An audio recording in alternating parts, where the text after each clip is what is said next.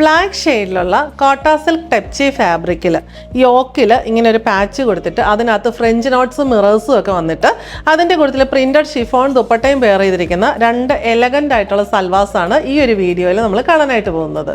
First one വരുന്നത് black and maroon കോമ്പിനേഷനാണ്. Black ബോഡിയിൽ ഇങ്ങനെ ടെപ്ചി എംബ്രോയ്ഡറി വരുന്ന സിൽക്കി കോട്ടയാണ് ഫാബ്രിക് വന്നിരിക്കുന്നത്. യോക്കിൽ ഇങ്ങനെ ഒരു മെറൂൺ പ്ലെയിൻ പാച്ച് കൊടുത്തിട്ട് അതിനകത്ത് മിറർ വർക്കും ഫ്രഞ്ച് നോട്ട്സും ആണ് പോയിരിക്കുന്നത്. അതൊരു ഓവൽ വി പാറ്റേണിലാണ് വന്നിട്ടുള്ളത്. നല്ല രസമായിട്ടുള്ള സിമ്പിളായിട്ടുള്ള ഹാൻഡ് വർക്കാണ്.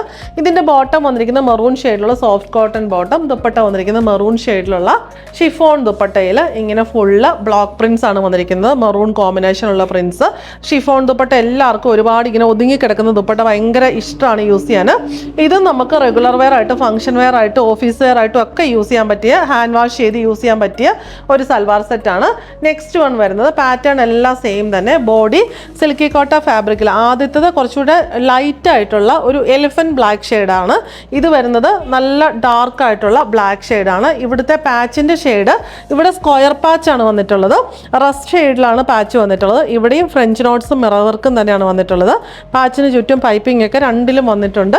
റസ്റ്റ് ഷെയ്ഡിലുള്ള soft cotton bottom, rust orange ഷെയ്ഡിലുള്ള ഷിഫോൺ ദുപ്പട്ടയിൽ സെയിം കോമ്പിനേഷൻ, ബ്ലാക്ക് കോമ്പിനേഷൻ നമ്മൾ മുമ്പേ കണ്ട സെയിം ബ്ലോക്ക് പ്രിൻസ് തന്നെയാണ് വന്നിരിക്കുന്നത്.